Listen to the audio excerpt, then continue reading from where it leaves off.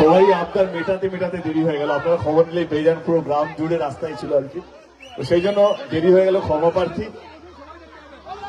এটাই বোঝা যায় যে মানুষ এখনো ভালোবাসে আমাকে এবং মানুষ চায় যেন আমি জিতি। এবং আপনাদেরকেও ধন্যবাদ, এতক্ষণ ধরে ধৈর্য ধরে বসে আছেন। হাত মেলাবো, সবার সাথে হাত মেলাবো, ঠিক আছে? আমি এখানেই নামবো, আপনাদের সঙ্গে হাত মিলিয়ে বাড়ি যাবো, কথা ঠিক আছে? আমাকে আরেকটা কথা, আমাকে আমার দলের নেতারা বলছে 2 মিনিটের বেশি কথা বলা যাবে না, কারণ এমনি তো লেট, রাস্তায় অনেক লোক দাঁড়িয়ে আছে। তারপরে আজকে 12টা অব্দি সভা, তাই তো অজিত দা?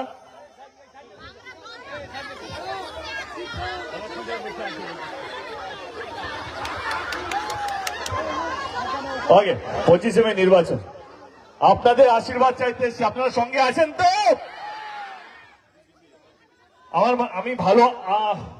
আমি আর ভাবিনি, নিজেকে প্রশ্ন করাই ভুলে গেছি যে আমি কেমন আছি। কারণ কেমন আছি জিজ্ঞেস করলে শরীরটা হলো হাত উঠছে না, পা উঠছে না, মাথা কাজ করছে না, মাথা ব্যথা, এগুলো অনেকগুলো যন্ত্রণা নিয়ে ঘুরছি, কিন্তু নিজেকে আর প্রশ্ন করি না। কারণ প্রশ্ন করলেই ভয় লাগে, কিন্তু দিদি এক্ষুনি ফোন করবে কে কালকে এখানে যেতে হবে, কালকে ওইখানে যেতে হবে। তো সেই জন্য নিজেকে দলের জন্য একদম প্রস্তুত রাখছি, যাতে আমার যাওয়াতে এই সময় যদি 2-1টা সিট বেশি বাড়ে, ভগবানের আশীর্বাদের টাচুন। কারণ দলের কর্মীরা সবাই যেভাবে খাটছে, আপনারা তখন জানেন যে আমি নর্থ বেঙ্গল থেকে সাউথ বেঙ্গল সমস্ত ঘোরা হয়ে গেছে আমার, মোটামুটি প্রত্যেক কটা প্রার্থীর জন্য। যেইভাবে দলের কর্মীরা নেতারা বুথ লেভেল অবধি যেভাবে লেগেছে, এবারে আমরা বিপুল ভোটে এবং বিপুল সিট জিতবো, এটা নিয়ে কোনো সন্দেহ নেই, আপনাদেরকে বলে যাচ্ছি।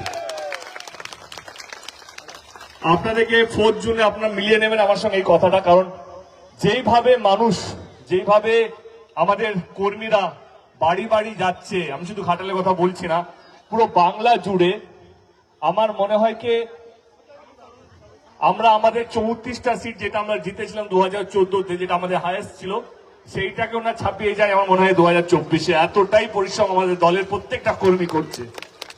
এবং ঘাটালে আমি বলছি, পিংলাতে আছি, অসংখ্য ধন্যবাদ পিংলার প্রত্যেক কটা কর্মীকে, যারা বুথ লেভেলে আছে, ছড়িয়ে আছেন, দলের হয়ে কাজ করছেন এবং বাড়ি বাড়ি যাচ্ছেন, সকলকে অসংখ্য ধন্যবাদ। কোথাও যেন আপনারা আছেন বলেই আমাদের সাহস, আমাদের কি বলবো, জেতার একটা স্বপ্ন দেখছি কি না 4 জুনে আমরা ঘাটাল লোকসভা কেন্দ্র বিপুল ভাবে জিতবো। আমাদের কর্মীদের জন্য যারা বাড়ি বাড়ি যাচ্ছেন, আপনাদের জন্য যারা বাড়ি বাড়ি যাচ্ছেন, মানুষকে বোঝাচ্ছেন দলের হয়ে, আমার হয়ে, তার জন্য মাথা নিচু করে প্রত্যেককে ধন্যবাদ। 25শে মে আমাদের নির্বাচন। আপনারা মোটামুটি সবাই জানেন যে আমি বিরোধী দলের প্রার্থীকে আক্রমণ করতে পছন্দ করি না কোথাও।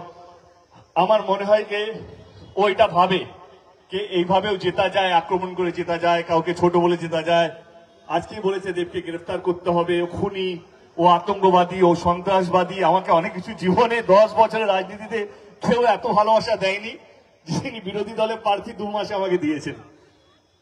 এটা আমার মনে ওর কোনো দোষ না, ওর কোনো ভুলও না, কারণ ও ভাবে কি এইভাবেও জেতা যায়। কারণ ভারতবর্ষে যে যত কুকথা বলবে, যে যত বেশি আক্রমণ করবে, তাদের বিশ্বাসকে তার মার্জিন অনেক বেশি, তত বেশি বাড়বে। আমি অনেকবারই বলেছি, আপনাদের মাঝখানে আরেকবার বলতে চাই, কে ভারতবর্ষে কিভাবে যেতে, কি কথা বলে যেতে আমি জানি না, অন্তত ঘাটাল লোকসভা কেন্দ্রে আক্রমণ করে জেতা যাবে না। কারণ ঘাটাল লোকসভা কেন্দ্র এবং পিংলার মানুষ ভালোবাসা দিয়েই জেতা যাবে। এখানকার মানুষ জানে কিভাবে সম্মান দিতে হয় এবং সম্মান দিয়ে কিভাবে সম্মান পেতে হয়, এখানকার মানুষ জানে। ওনার একটু বুঝতে ভুল হচ্ছে। আমার মনে হয় 4 জুন অব্দি, যেদিন আমাদের রেজাল্ট বেরোবে, সেই দিন বুঝবেন যে উনি কি ভুলটা করেছেন। তার বড় প্রমাণ হচ্ছে, আমার মনে হয় যে বিরোধী দল শুধু একটা নেতা নেই, মানে যিনি প্রার্থী ছাড়াও তো বিরোধী দল অনেকগুলো নেতা আছে, তারা আজ অব্দি একটা কথাও আমাকে নিয়ে বলেনি, আক্রমণ করেনি। শুধু একমাত্র একটা লোকই করছে, ও 4 জুনে বুঝতে পারবে কি হতে চলেছে। যাক, সেটা একটা জিনিস। আমাদের দল গত 13 বছর ধরে রাজ্য সরকারে আছে, চেষ্টা করেছে মানুষকে ভালো রাখার, মানুষকে সুখে রাখার। কিন্তু আজকে যেভাবে রাজনীতি চলছে, ধর্ম নিয়ে, কে হিন্দু কে মুসলিম, কিভাবে আলাদা করে ভোটটা বাড়ানো যায়, এইটা নিয়ে আজকে রাজনীতি অনেক বেশি তুঙ্গে। আমি সেই কারণে রাজনীতি ছাড়ছিলাম। হ্যাঁ, অনেকে শুনেছেন রাজনীতি ছাড়ছিলাম, তাই তো?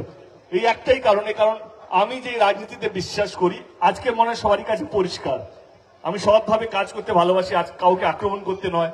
আমি একমাত্র প্রার্থী যে নিজের স্টেজ থেকে বিরোধী দলকে শুভেচ্ছা পাঠাতে পারি, সেই সাহসটা আমার আছে। আমি সেরকম প্রার্থী। কারণ কোথাও যেন মনে হয় কে যখন ইন্ডিয়া পাকিস্তান ম্যাচ খেলে তার আগে তারা হাত মেলায়, ম্যাচ শুরু হওয়ার আগে হাত মেলায়, ম্যাচ শেষ হওয়ার পর কে জিতলো কে হারলো তারপরেও তারা হাত মেলায়। আমার মনে হয় সেটাই রাজনীতির আজকে দরকার, কিন্তু সেটা অভাব। সেই কারণেই আমি রাজনীতি ছাড়ছিলাম। কিন্তু দিদি যখন বললো কি না তোমাকে ছাড়তে দেওয়া হবে না, তখন আমি ভাবলাম কি যদি ফেরত আসতে হয় তো এমন কিছু কাজ করি যাতে মানুষ মনে রাখবে এবং মানুষের ভালো হবে। তখনই দিদিকে বললাম যখন আপনি আমাকে ছাড়বেন তাহলে একটা আবদার আছে আমার। আবদারটা হলো এইখানেও বন্যা হয়, পিংলাতে অনেক জায়গা জলের তলায় ডুবে থাকে, আর এই ঘাটাল মাস্টার প্ল্যানটা অনেক দিনের স্বপ্ন। এবারে যদি আমি মঞ্চে উঠি আর বলতে পারবো না ঘাটাল মাস্টার প্ল্যানটা আমরা করব। আমি জানি শুনেছি কি রাজনীতি করতে গেলে গন্ডারে চামড়া হতে হয়, মিথ্যে কথা বলতে হয়, ভোট নিয়ে পালিয়ে যেতে হয় বা অনেক কিছু করতে হয়। আমি সেই রাজনীতিতে বিশ্বাস করি না। আমার বিশ্বাসকে আমি যে কথাগুলো দেব যে কথাগুলো রাখার চেষ্টা করবো, নাহলে আমি রাজনীতি করব না। এই রাজনীতির মধ্যে আমি বিশ্বাস করি। দিদি তখনই হ্যাঁ বললেন। আমি এটাও বললাম দিদিকে যে দিদি দেখুন আমার কথা কেউ বিশ্বাস করবে না, এই 1500-2000 কোটি টাকা আমি কোথা থেকে নিয়ে আসবো? আমি গিয়ে মঞ্চে যদি আপনাদেরকে বলি আমি করে দেবো ঘাটাল মাস্টার, আপনি আর বিশ্বাস করবেন না? এই ঘাটাল মাস্টার প্ল্যানটা দুটো মানুষই বলতে পারে। একটা হচ্ছে দেশের প্রধানমন্ত্রী যিনি ছিলেন, সে বলতে পারতো, কিন্তু 10 বছর ধরে আপনারা সবাই জানেন পার্লামেন্টে অনেকবারই বলেছি ঘাটাল মাস্টার প্ল্যান নিয়ে এবং চিঠিও দিয়েছি। এবং আমার শেষ দিন পার্লামেন্টে সেদিন আমি একটাই কথা বলেছিলাম, আমি থাকি বা না থাকি রাজনীতিতে, এইটা কোনো তৃণমূল কংগ্রেস বিজেপি সিপিএম কংগ্রেসের লড়াই নয়, এইটা ঘাটাল লোকসভা কেন্দ্রের মানুষের লড়াই, দীর্ঘদিনের লড়াই। কত চাষি জমি জলের তলায় চলে যায়। আমরা একবারই চাষ করতে পারি বছরে, যেখানে আমরা দুবার চাষ করতে পারতাম যদি ঘাটাল মাস্টার প্ল্যানটা হতো। আপনারা যেহেতু আজকাল সবকিছু রাজনীতি হয়ে গেছে, ঘাটাল মাস্টার প্ল্যানটাকে রাজনীতির বাইরে রাখবেন এবং ঘাটাল লোকসভা কেন্দ্রের মানুষকে নিয়ে ভাববেন, দেখবেন ঘাটাল মাস্টার প্ল্যানটা প্রায়োরিটি হবে। তারা কথা রাখেননি, কিন্তু দিদি কথা দিয়েছিলাম, দিদিকে একটাই কথা বলেছিলাম, এটা আপনাকে গিয়ে ঘোষণা করতে হবে। দ্বিতীয় পার্সন যে বলতে হবে তার নাম হচ্ছে মুখ্যমন্ত্রী। তিনি এলেন, তিনি কথা দিলেন যে ঘাটাল মাস্টার প্ল্যানটা রাজ্য সরকার করবে, এবং তারপরে অভিষেক বাবু এসে বলে গেছেন। আমি এটুকু বলবো যে আপনার সাংসদ কোনোদিনও পালিয়ে যায়নি। যখনই বন্যা হয়েছে বা করোনার সময় যখন মানুষ সবচেয়ে বেশি আপদে বিপদে ছিল, তাদেরকে কিভাবে বাঁচিয়ে রাখতে হয়, ওষুধ থেকে আরম্ভ করে অক্সিজেন পাওয়া যেত না, বাড়ি বাড়ি অক্সিজেন সিলিন্ডার পৌঁছানো থেকে সমস্ত কিছু আমি চেষ্টা করেছি মানুষকে সেবা দেওয়ার জন্য। বড় কাজ করিনি, এইটার জন্যই ভোটটা হয়। আপনারা ভোট এই কারণেই দিয়েছিলেন যাতে আপনার আপদে বিপদে যেন আপনার সাংসদকে যেন খুঁজে পাওয়া যায়। আপনার সাংসদ আপনাদেরকে ছেড়ে পালায়নি, এটুকু বলবো। আর বিশ্বাস করুন আমার রাজনীতি থেকে কোনো লোভ নেই কি আমি এখান থেকে কি নিয়ে যাবো।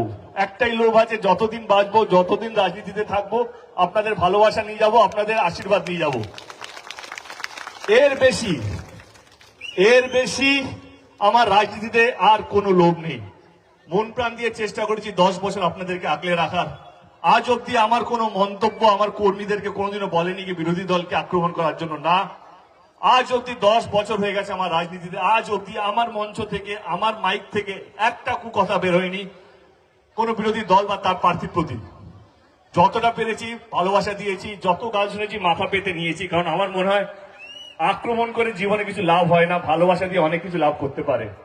যেভাবে গরম বাড়ছে আমাদের মনে হলো এই গরম থেকে বাঁচার জন্য একমাত্র উপায় হচ্ছে যত বেশি গাছ লাগাবো তত বেশি আমরা গরম থেকে বাঁচবো। যেহেতু রাস্তাঘাট বড় হচ্ছে, এবারে ঘাটাল মাস্টার প্ল্যান যদি হয় অনেকগুলো গাছ কাটা যাবে তার কারণে। তো আমার মনে হলো কি কারণ একটা উদ্যোগ নেওয়া যায়, ভারতবর্ষে কেউ নেয়নি, তো আমরা উদ্যোগ নিয়েছিলাম বা নিয়েছি, যতগুলো ভোট পাবো ততগুলো গাছ লাগাবো আমরা। এবং এই প্রতিশ্রুতি আমার মনে সবাই রাখতে পারে। এবং আমি কথা দিলাম যত লক্ষ ভোট পাবো তত লক্ষ গাছ লাগাবো, যাতে আজকে নয়, আজ থেকে 5-6 বছর বা 7-8 বছর পরে যখন এই গাছগুলো বড় হবে তখন আমরা বুঝতে পারবো এই গাছগুলো কতটা জরুরি ছিল লাগানোর জন্য। আপনাদের আশীর্বাদ চাইতে এসেছি, কারণ আমি জোর করে ভোট চাইতে বিশ্বাস করি না। কারণ আমার মনে এটা আমাদের সবারই গণতান্ত্রিক অধিকার কি আমি যাকে ইচ্ছা ভোট দিতে পারি। এই গণতান্ত্রিক অধিকারকে আপনার মাথায় রেখে আমি জোর করবো না আপনারা আমাকে ভোটটা দেবেন। যদি আপনাদের মনে হয় আপনার এই ভাইটি সত্যি কাজ করতে পেরেছে, মানুষের জন্য কাজ করতে পেরেছে, সৎভাবে কাজ করতে পেরেছে, ভালোবাসা নিয়ে কাজ করতে পেরেছে এবং সম্মান নিয়ে কাজ করতে পেরেছে, তাহলে 25শে মে ইভিএম মেশিনে 1 নম্বর বাটন টিপে আপনার এই ভাইটাকে বিপুল ভোটে জয়যুক্ত করবেন। ক্ষমা চেয়ে নিচ্ছি আপনাদেরকে, আবার অনেকটা দেরি হয়ে গেল আপনার কাছে আসতে, মাফ করবেন, কারণ আপনার ভাইকে অনেক লোকই ভালোবাসে। সবাই রাস্তায় দাঁড়িয়ে আছে, কেউ সেলফি তোলার জন্য, কেউ হাত মেলানোর জন্য। কাউকে না বলতে পারছি না। আমার যেটা কেউ জিজ্ঞেস করলো আমার শরীরটা কেমন আছে, আমার শরীর যতই খারাপ থাকুক না কেন, যখন এই হাসি হাসি মুখ রাস্তায় 2 ঘন্টা ধরে দাঁড়িয়ে আছে, কেউ 1 ঘন্টা ধরে দাঁড়িয়ে আছে, এমনও শুনলাম কেউ খায়নি, আমার গলায় মালা দেবে তারপরে খাবে, এরকমও হয়েছে আজকে। তো তখন মনে হয় কি আর সত্যি কিছু ভালো কাজ করেছি বাবার আশীর্বাদে, ভগবানের আশীর্বাদে, তোমাদের আশীর্বাদে। যে মানুষ 10 বছর হয়ে গেছে রাজনীতিতে, 18 বছর হয়ে গেছে আমার সোকল ফিল্ম ইন্ডাস্ট্রিতে, মানুষ এই একইভাবেই ভালোবাসে এবং একইভাবেই সম্মান করে। তো সেই জন্য ক্ষমা করবেন যদি দেরি হয়ে গিয়ে থাকে। রাগ টাগ নিয়ে বাড়ি যাবে না, রাগ করলে রাত্রে ঘুম আসবে না। আমি রাগ করে ঘুমোতে পারি না। তো আপনারা রাগটাকে এখানে থুতু ফেলে চলে যাবেন, রাগটাকে থুয়ে দিয়ে চলে যাবেন। জাস্ট আশীর্বাদ করবেন যেন আপনার ভাইটা যেন মাথা উঁচু করে বাঁচতে পারে, সম্মান নিয়ে বাঁচতে পারে এবং মানুষের জন্য কাজ করতে পারে।